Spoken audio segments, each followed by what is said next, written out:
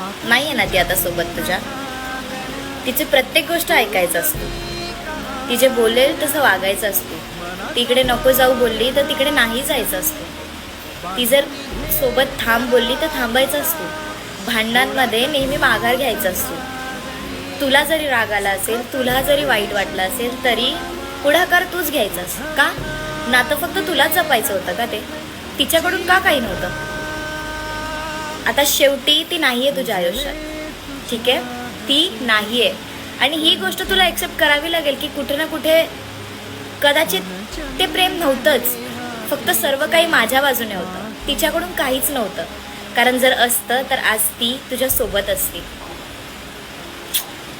So प्रेम कर, नाही म्हणत नाही आहे. मूव्ह ऑन पण लवकर होऊ शकत नाहीस, तुम्हाला माहिती आहे.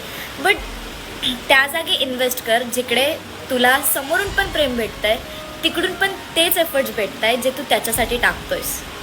That's it. Take care of your self. Love you.